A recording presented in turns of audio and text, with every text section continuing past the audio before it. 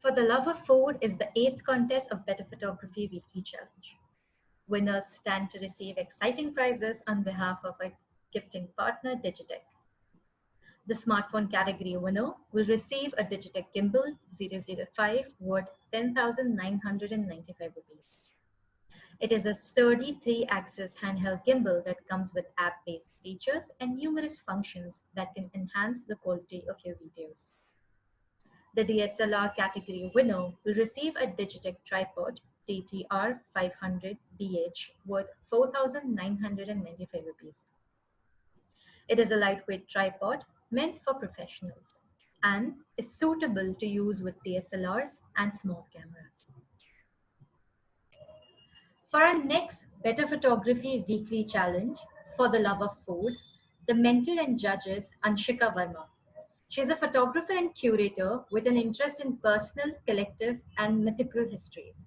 Combining her curiosity to study cultural and social evolution with storytelling, her work often looks at the emotional connection between the individual and their environment.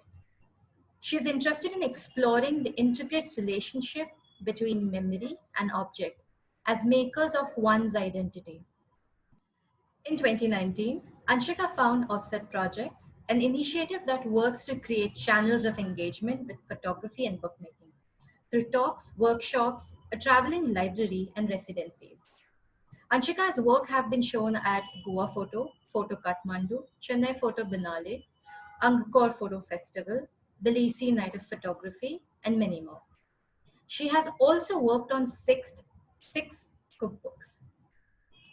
Anshika, over to you. Thanks so much. Hello, everyone. I hope it is nice for you to see my face virtually, and I wish I could say it's nice to meet you as well. I hope everyone's doing well, and well, it's quite fun to talk about food, Nilofer. Thank you for having me on board for this little challenge, and actually, it might be more exciting today to take photographs of food than I think Yeah. we have been working with previously. So I'm gonna kind of get right into it and share maybe some of the works that I have been doing as well, but more than that, just to share some experiences I've had working with food photography as well. Let me just open up my folder and share some files with you, and we can get into a quick chat then. Sorry, 1 second.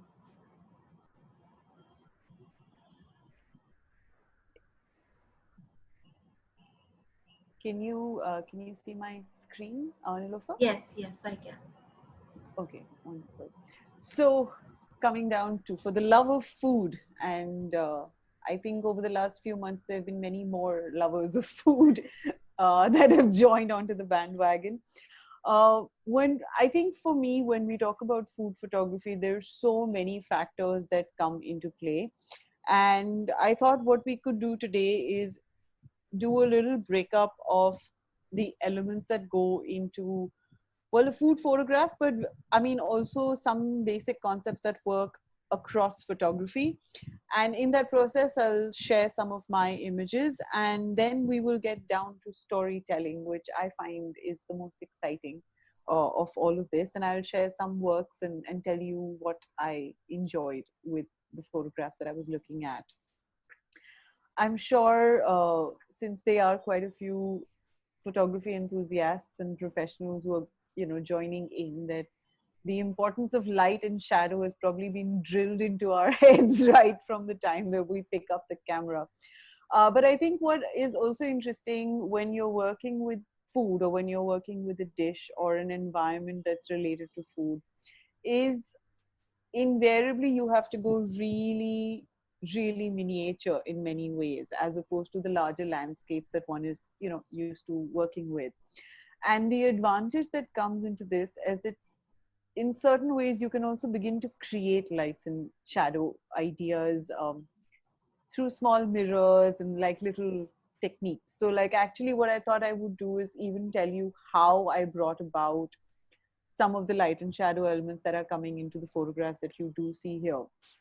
Um, over here, the textural sense of dapple light that comes in actually is from a massive tumbler, that, you know, a glass tumbler that I was using along with sunlight. And so one of the interesting things that you can do to bring in this sense of dapple light that comes in is to actually work with work with elements that reflect light as well. So in the kitchen, the first thing that comes up, which we often use even professionally, is aluminum foil. You can use it against a super harsh light. There's a little harsh light coming out of a table lamp, I just noticed from my screen. So even if you have, let's say, a table lamp of this sort, and in front of that you've got your food, and on the other side, if you use a foil that's stretched properly, maybe across a plate, across a tray in the house, you're actually allowing light to bounce off. In the same way, if you actually interrupt that light, let's say with a frosted glass or a textured glass, or in my case, what I did was I just took a big glass that had a lot of formations on it, let's just say, then it allows you to give you the texture that you're looking at on the screen right now. And, you know, even within this, I mean, I've tried to bring out some images that are not very orchestrated or not don't have big paraphernalia. These are all photographs shot in natural light, just using textures of the home, you know, pebbles. It could be even an interesting tile, or it could be maybe a rug that's in your house that allows for a nice texture. Some plants over here, again, if you bring the leaves of the plants in between your light, you can use a similar light or sunlight, in fact, and that will then throw shadows on the food itself. uh, you can use a lot of backlight. So usually in photography we talk about how the object is lit with light coming from behind the photographer.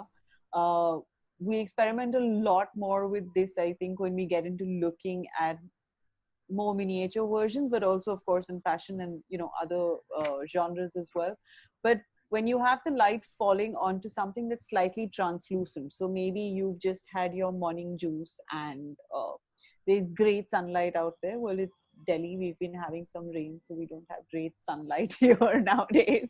But if you have something like that that's falling in, and then you use a foil to kind of bounce some light back onto the food that you're looking at, it can create very interesting variations in light and shadow as well.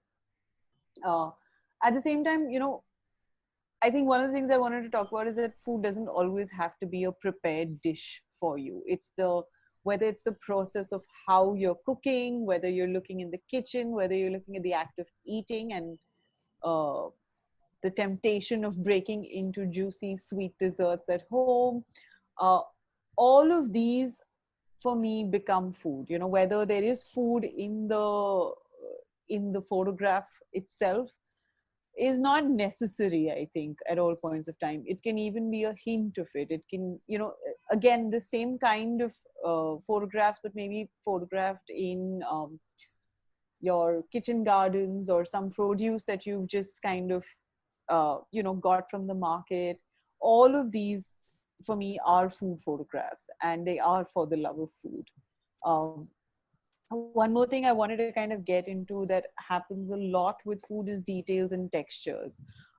Within this, one of the things that I think we want to talk about again is to understand the elements that are in front of you, you know, whether it's the linen cloth through which you're going to kind of wrap your food in, whether it's the old rustic chopping board that you have, whether it's the masalas, the graininess of the masalas. I think when you understand the elements that you're playing with, then you can really know how to kind of combine them to create fun, actually, more than anything else.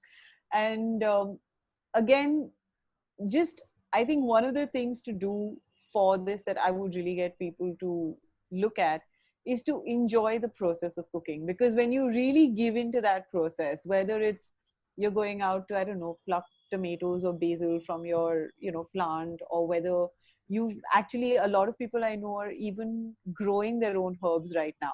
So even if it is the idea of looking at the progression of how a plant is kind of growing from a tiny bud, maybe going into a flower, maybe you're cooking. Well, I mean, the image on the right here is actually from Burma. It's a tofu making factory. But when I look at it even today, I'm very often reminded of, like, the atta ka halwa that we guys make at home sometimes when you're indulgent, and so a lot of food that you create has its own texture. And I mean, on the left, you have an image where we've added texture. I've kind of taken an element that goes into the food, which is your, flour. But on the right hand side, you have an image that in itself has so much texture that you don't really need to accessorize it with anything.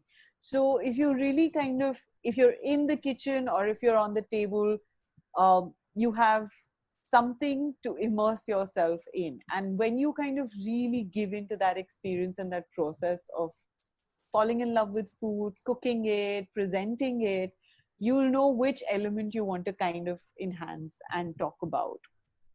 And I think very often the cooking processes get very neglected when we talk about food. So even if it is, I mean, for me, I was the first image that you actually see with the carrots and the beetroot. um, this was actually a very rushed cook that was happening, and so basically I was chopping the carrots on the same surface on which I'd worked with at the beetroot, and suddenly I was like, I love this color, I love the textures and this painterly kind of, I guess, element that comes into play. And it led to me then literally taking a piece of beetroot and like using it like a paintbrush. And this is, I mean, it's on a very simple plain white plate surface, so you don't always need fancy paraphernalia. You just need to know what you're working with, look at the colors of your images, especially if that's something that you want to focus on, because colors can really allow a kind of a different conversation to happen in the photographs as well. And I think a lot of us, since we're cooking, there's a lot of butter and oil that's going into the food. um, these have its own texture, they have their own formations, they glide through your woks and pans in very different ways. um, yeah, I think just fall in love with what you're doing and what you're experiencing, and you'll know what part of that appeals to you. And then you'll know how to shoot it, even if it's picking up this pan, taking it out to your balcony and taking a photograph there. Try going really close to these things as well, as much as you can. uh, and that probably brings us into the third element that I wanted to talk about, which was food styling and composition. Composition, of course, a lot of us focus on, whether we are photographers or Instagram photographers or TikTok photographers or whatever medium we're working with. But I think styling is something that very often is understood as an exaggerated setup. And where, of course, the setup element of it comes into play, I think what becomes appealing is when images have almost like an invisible hand playing with the design. So if you are looking at taking these photographs at home, you have, just make sure you have a great source of light that's coming in, and let the food speak for itself as well.